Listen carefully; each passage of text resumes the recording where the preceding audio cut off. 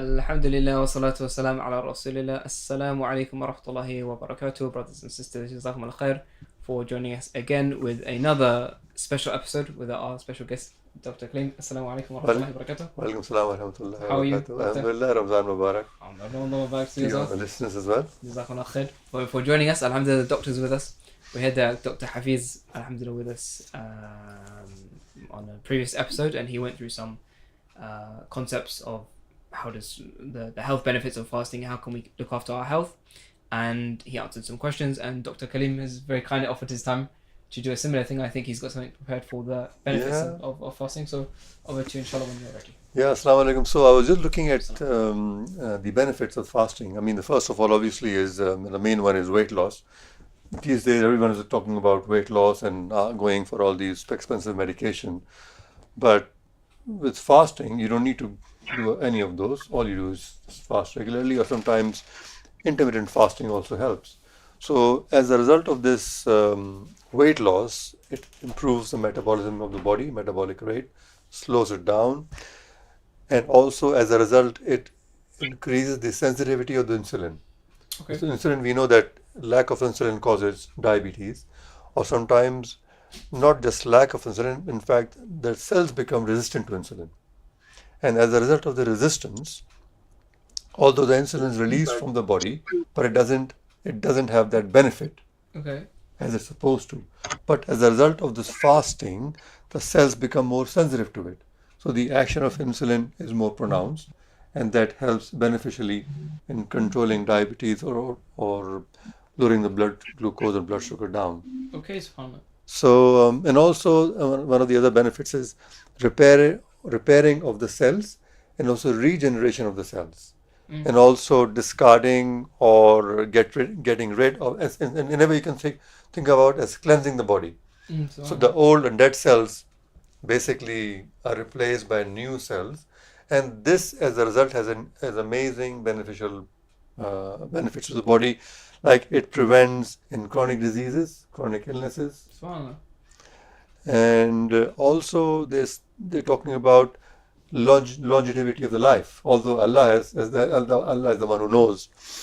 Allah is the one who's in control of our lives. But it is said that by intermittent fasting, because of the new cell generation, prevention of disease, especially chronic disease, autoimmune disease, so it can have beneficial effect on longevity of life. Allahu Akbar. SubhanAllah. And obviously one of the other obvious things are improving heart health. Okay. How do you improve heart health? By lowering the blood pressure, by lowering cholesterol. So this reduces the risk, especially in our Asian community. There's a high risk of heart disease. So the fasting benefits that, prevents people from having heart conditions. And one of the other benefits are basically improving brain health. Okay. As a result, there are certain hormones which are released from the brain because of while you're fasting, and that itself reduces the neurodegeneration and also helps in prevention of diseases like dementia, which is coming very from what? Yeah. Simply just fasting. It's fasting. These is like a instead of the cure that we often talk about. How do you cure these? yeah, This is more of like a preventative like thing. preventative measures basically. So subhanAllah, all these things are coming out now. Although our Prophet ﷺ has Way back. Allahu Akbar. how beneficial Yeah. these, SubhanAllah. So these things, like, they wouldn't even have thought about it back then. They wouldn't even have thought like, okay, this is helping this and preventing this. yeah, But Allah is Azza wa Jalla, in His hikmah and His wisdom, it's showing us He's showing us that, with look, all this. Yeah. what I prescribe, Allah is saying, in a nutshell, what He prescribes for us, He knows best. أَلَا يَعْلَمُ مَنْ خَلَقَ. Allah says, does He not know the one who created? Does He not know His creation? Of course, He knows best. So subhanAllah, these things. And now these things are Amazing. scientifically proven now. Yeah. The benefits of fasting are just So there's been research. researched, and then there are studies now about especially preventing the degeneration of the brain by developing Allah. these release of these hormones. So is this? So we said it's a preventative. potentially for the brain damage and things like this.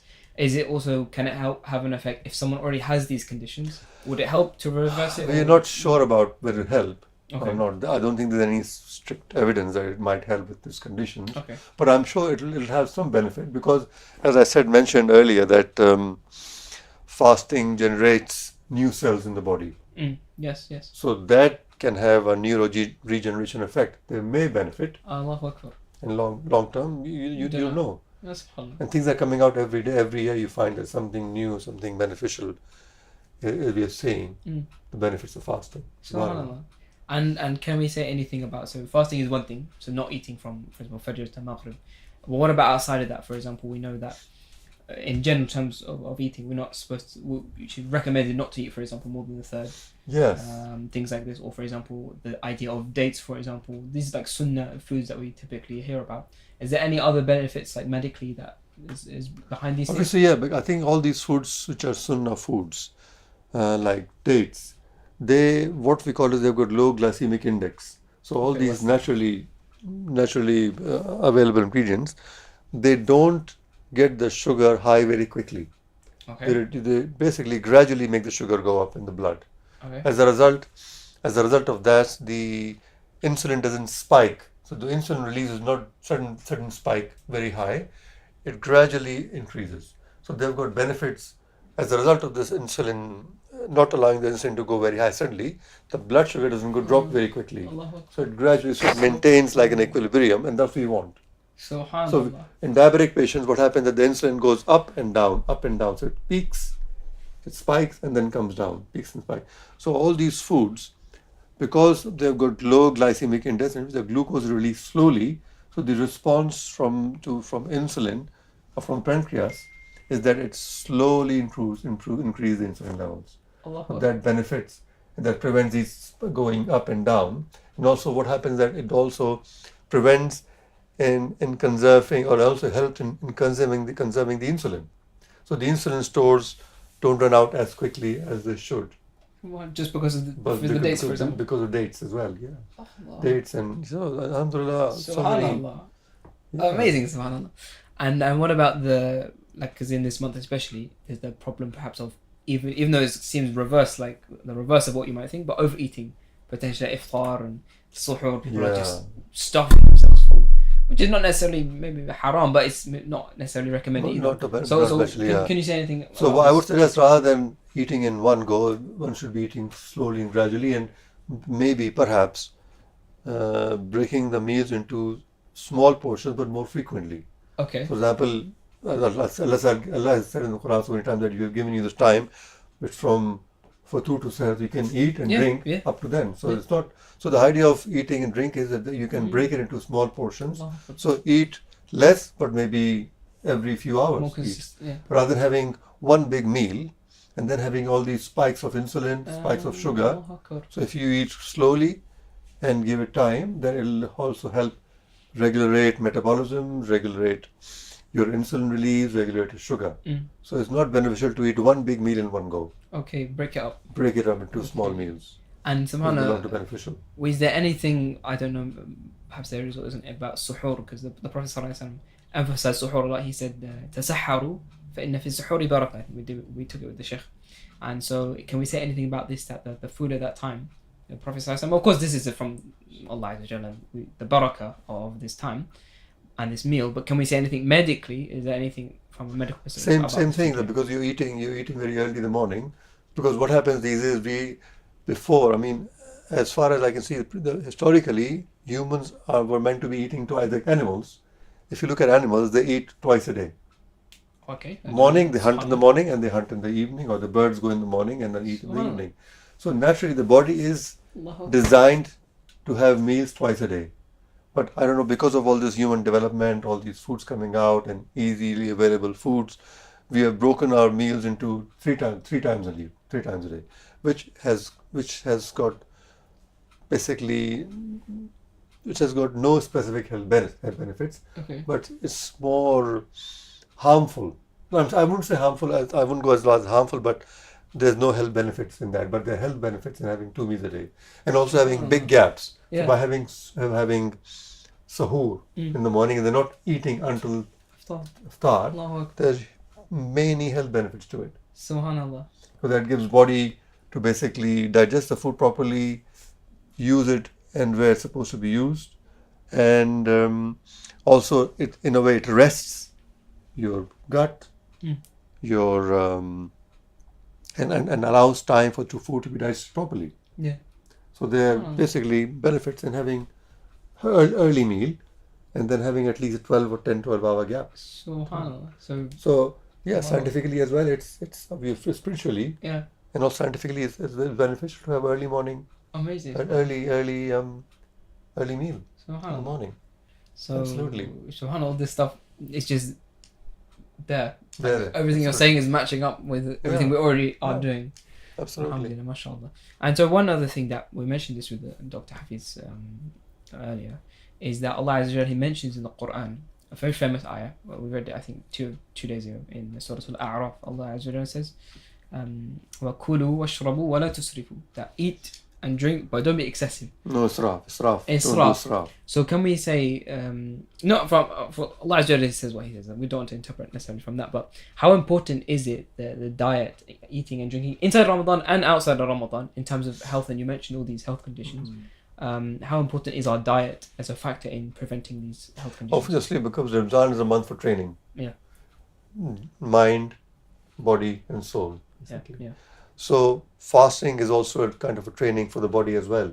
So you become more disciplined with what kinds of food you eat, and also disciplined in timing of the meals, Yeah. rather than have snacking, Yes, very common. Very snacking common all day, stuff. having sweets. So make sure that you have specific times for meal.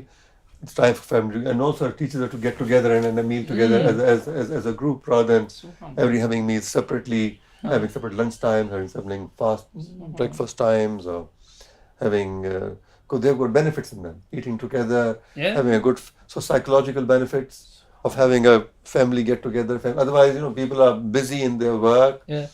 in their studies, in their jobs, and people are rushing around. But these are two times in which family can get together, have a nice meal, have a conversation. So they've got huge health plus psychological benefits as well. Subhanallah. So you're basically interacting with your family, your children, teaching them manners. So many things happen on a meal table. Subhanallah. So we are losing. So by putting this into practice during Ramadan, then hopefully this will become a practice the rest of the year, and we get the benefits of Yeah. Like you of said, having like a training like a training ground. training ground.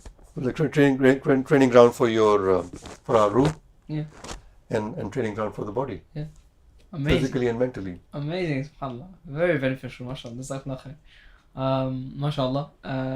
If there's anything else, please feel free to let us know. But otherwise, alhamdulillah, it's been a pleasure, mashallah. Jazakallah khair. Jazakallah Have you on, khair. mashallah. It's a pleasure coming here. So jazakallah khair. And I think we have maybe one question. We have a call. We'll try and get the caller on the line. حبيبي شمعة أفضل يا شيخ. See what he has to say. السلام عليكم ورحمة الله وبركاته شيخ. Walaikum assalam. I just need to ask for the people on the pre-diabetic, what foods is been recommended? Like there's some, as a doctor just now said regarding the diabetic, what things we need to make sure to keep it in our diet. But regarding the fruits and the diet plan for the Sahari, so that it maintains our overall day, how to make up with the glucose level and how to make fit for pre-diabetic, basically pre-diabetic person, what the diet should be. I think the best thing is to thinking about meals which have got low glucose index, which is like slow release, which release the blood glucose slowly. Like your, for example, porridge. Yes. Is a good example of that. And in cutting down on carbohydrates, basically, is the main thing. What's Carbohydrates. an example? Example of carbohydrates like bread. Okay. Like so rice. This is not recommended at suhoor. No, what I'm saying is cutting down on. Oh, in general. In general. Okay. It's the whole same thing. Okay, So fine. cutting down on bread, cutting down on obviously sugar is a no-no, and cutting down on all sorts of carbohydrates or any foods which have got low glycemic index. Sorry, high glycemic And index. this is what it burns quickly. Any foods which burn quickly and release the sugars quickly. Okay. And the best place to find out is if you can go on Diabetic UK website. They've got basically a beautiful description of all kinds of food that you can or you can't. Okay, So if you subhanallah. Google What Diabetic was UK, it? Diabetic UK website, Okay. and then they'll tell you exactly what food to eat, what foods to avoid. For people with pre-diabetes mean people who are halfway house, who are not diabetic, but who are not normal as well. And if they don't look after their glucose, there's a potential that they can become diabetic. But on the other hand, on the other side of the coin is that they can also reverse it by following a good diet, good lifestyle, exercise Okay. as well. So that's actually a question. That's a good point, because this is something that came up previously for myself, about exercise in Ramadan. So whilst you're fasting, so can you maybe give us some advice on that? Because some people might think, okay, I'm fasting, maybe best not to conserve energy, but then like you said, it's still good for your health. So where's the balance? So I would say probably I would say probably myself, any exercise, for example, if somebody does any cardiovascular exercise, 20 minutes of exercise is fine. In Ramadan as well, in which you can increase your heart rate to double the normal heart rate, or break into a sweat. Yes. That shouldn't cause any Okay. any issue. Except you have to be careful with people who are taking insulin or who are on certain medication, Yes. which lowers the blood glucose. For them, they have to be very careful, Okay. because when they exercise, they will drop the blood glucose. Sorry, excuse me. I just need to ask regarding the after iftar. Like most of them we have the feast like so many what do you call junky foods and all.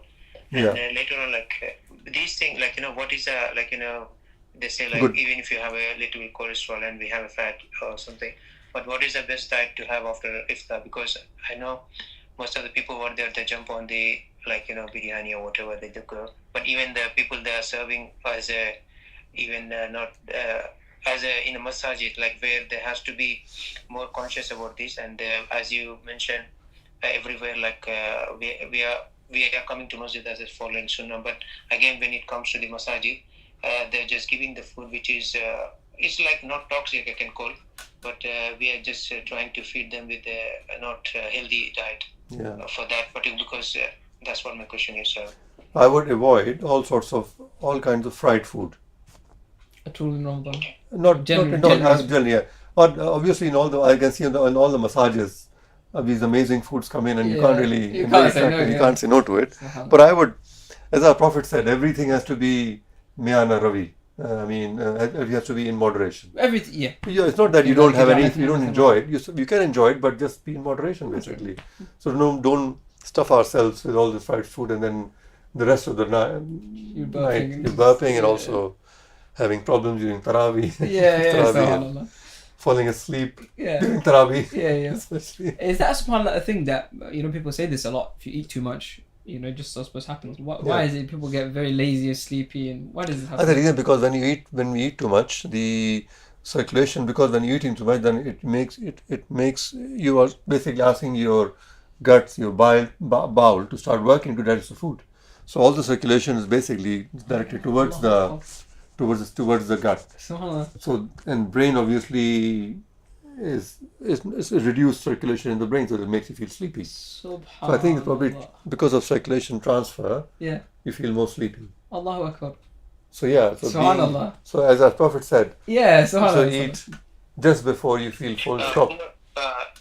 One more thing I need to regarding this, just because I have a really good thing to. I've seen this. I'm just watching this, and have the kids we are sending to the school nowadays, and they are doing the fasting for I'm talking 12 to 15 years old. Yeah.